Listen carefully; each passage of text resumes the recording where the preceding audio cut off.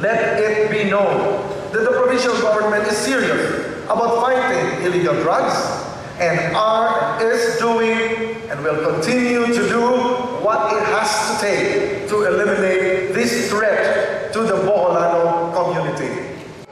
I have recently signed an executive order for the information of all. This executive order creates the Task Force DAGON, and this is an example of convergence.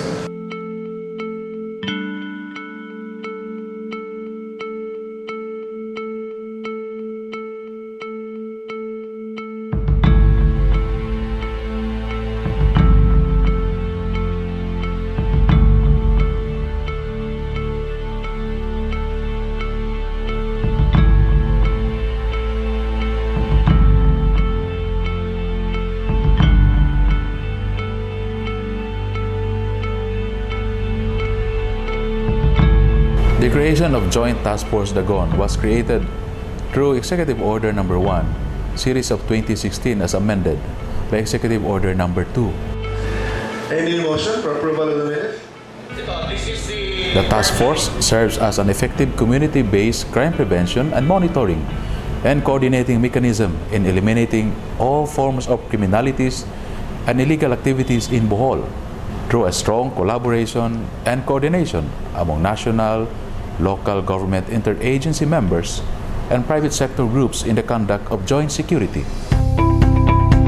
Joint Task Force DAGON is chaired by Governor Edgar Chato as chairman of the PPOC, with the advisory group or the Special Action Committee, together with the two bishops of the Diocese of Talibon and Diocese of Tagbilaran, and support teams from the PNP, Provincial Intelligence Branch, Philippine Army for Operations, the ADCOM, Media for Public Information, Legal Support, Governor's Office for Finance and Logistics, and DILG as Secretariat.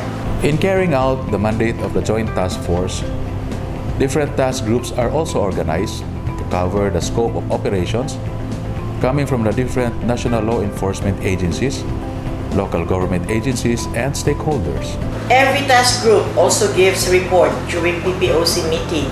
Task Group Luwas Kinabuhi for Disaster Response, Task Group Turista for Tourism Security, Task Group Palusot for Anti-Smuggling, Task Group Kinaiyangan for Environmental Protection, Task Group Banat for Anti-Illegal Drugs Operations, Task Group Galinaw for Internal Security, Task Group Kadalanan for Traffic Management and Concerns, Task Group Kadagatan for Maritime Security, and Task Group Contra Crimen for Anti-Criminality and Operations. Task Force DAGON is a very important component of the provincial government of Bohol's Peace and Order Council.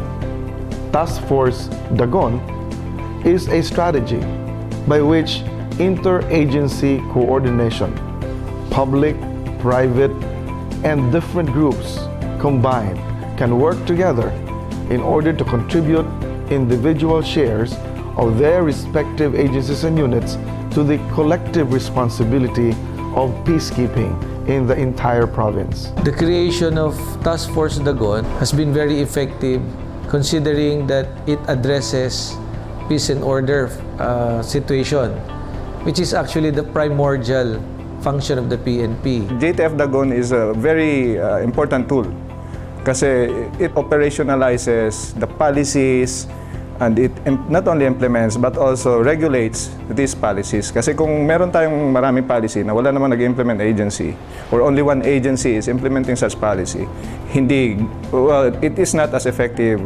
as the cooperation of all the other agencies.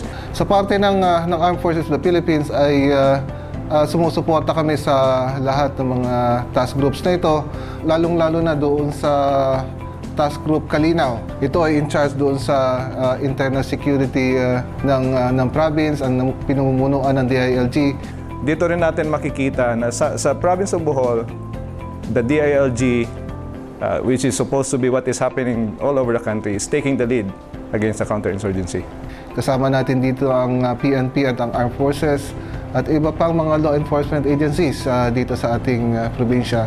This is a good sign for any local government unit because it helps us the law enforcement agencies to implement or do our job a lot easier. Ito ang tunay na bayanihan ng lahat ng mga agencies natin dito upang mapaganda natin at mapaunlad at mapanatili ang katahimikan ng ating probinsya. Task Force DAGON is committed to preserving peace and order in the province of Bohol, as well as sustaining its development efforts, initiatives, and thrusts. For the province creating such a joint task force, personally, I congratulate the governor and the whole local government or the provincial government of Bohol for coming up with this idea and for taking a serious look towards helping the law enforcement agencies in fighting any criminality or any illegal activity that is happening in the province. Task Force DAGON, an innovation, a model by itself, thinking outside the box in addressing the various issues of peace and order, internal security, and sustainable development.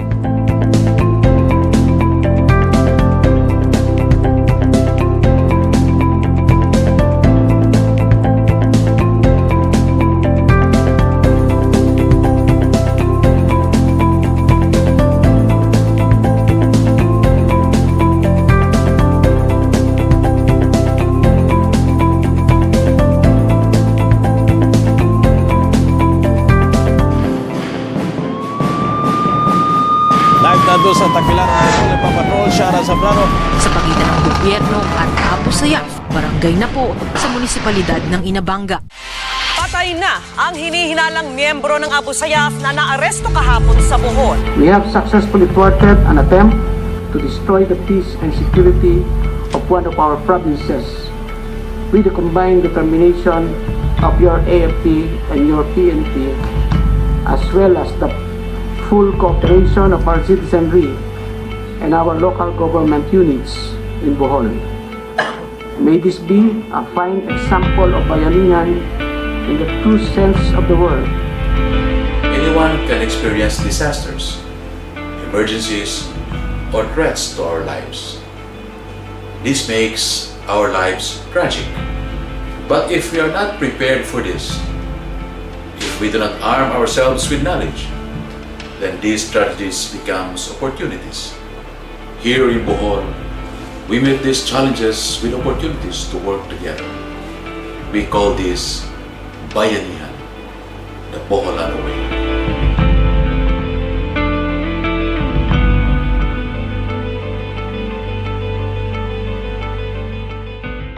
The province of Bohol has always dreamt to become a prime eco-cultural tourism destination, a strong, balanced agri-industrial province, a province that has strong programs in healthcare and education, but likewise anchors its development thrust on information communication technology, but with these developments in mind, always conscious of sustainable development, with the banner theme, Green Bohol. In line with all these, we have adopted a security program which we call Safe Bohol, security always for everyone. This is under the umbrella of the overarching framework of the Bayanihan spirit, the spirit that emphasizes collaboration, unity, and empowerment of the community. After all, what we come here for is to motivate and inspire everybody to be part of this campaign. A province-wide campaign, a province-wide advocacy to keep Bohol always on top of development, with the safety of everyone as a priority concern. When we talk of security, we do not only think about the absence of war, because after all, security can always mean our security from conflict, like the Abu Sayyaf attempted incursion in the province of Bohol, where the community, the people, the Philippine National Police, the Army, the law enforcement agencies, and everyone in the community took part in the very strong defense process for the entire province of Bohol. Security can also mean keeping safe for the province of Bohol away from the threats of drug abuse. We also feel that it is important that as we look into these strategies, human trafficking is a very important aspect that community as a whole can work together to eliminate. Many other threats to security and peace, threats to the situations that will promote harmony among neighbors and among friends and the entire community. Therefore, security means security from conflict, but it could also mean security from food, more food for everyone, security from livelihood, security from harassment away from abuses, or security can also mean security from man-made or natural disasters. Security can be looked at in the area of education, education for all, health for all. Security can also be emphasized in the area of advocating for spiritual and moral security away from the decay of the moral fibers of the youth and the citizens as a whole. Security can also mean security from want and security from all other challenges that the community or the province will face. Even simple rules of traffic and violations which can increase crime incidents due to traffic-related incidents can be covered under the framework of security. Safe Bohol, a Boholano response through Bayanihan. This is a program. This is an advocacy. This is a dream, a thought, a reality. Let's make Bohol a safe Bohol for everyone. We do not play with people's lives. It is our responsibility. It is our responsibility to save lives. That is why the Safe Bohol, it's a very wonderful thing. Giving premium to the lives of the people. We have to save lives, protect the people. Yan ang ating and improve the living condition. Resiliency, heroism, innovations, initiative. Kaya, iimbitahin namin si Provincial Administrator Alfonso Caballerio sa mga ibang forum natin, na lecture natin.